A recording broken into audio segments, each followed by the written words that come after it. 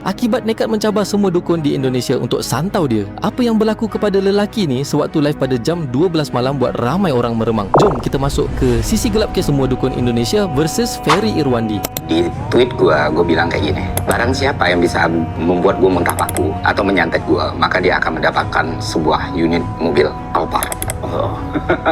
Ferry Irwandi ni bukan calang-calang orang. Dia content creator Indonesia, pengasas Malaka Project, dan subscriber YouTube dia dah tembus lebih 1 juta. Cerita ni start Oktober 2024. Masa tu satu Indonesia kecoh pasal seorang pelajar 17 tahun yang hilang masa mendaki Gunung Slamet. Dan sementara orang tengah cari budak tu, ramai netizen dah mula kaitkan kejadian tu dengan benda mistik. Tapi akhirnya budak tu dijumpai selamat. Ferry tak setuju benda ni dikaitkan dengan mistik. Dia kritik, dan sebab kritikan tu dia kena serang habis-habisan dalam ruangan komen. So dia buat satu benda yang orang biasa memang tak berani. Dia buka cabaran terbuka. Sesiapa yang ada ilmu hitam, pengamal mistik atau ada kuasa sakti, santau aku. Dia siap bagi nama penuh dia, gambar dia, siap tawarkan potongan rambut dia sendiri sebagai bahan pemujaan. Dan siapa yang berjaya buat dia muntah paku, dia bagi satu kereta Alphard percuma. Dan pada 7 November 2024, ada seorang lelaki dari Yogyakarta yang mengaku sebagai dukun. Dia sambut cabaran tu. Dia hantar mesej WhatsApp kat Ferry. Dan yang buat orang mula rasa seram,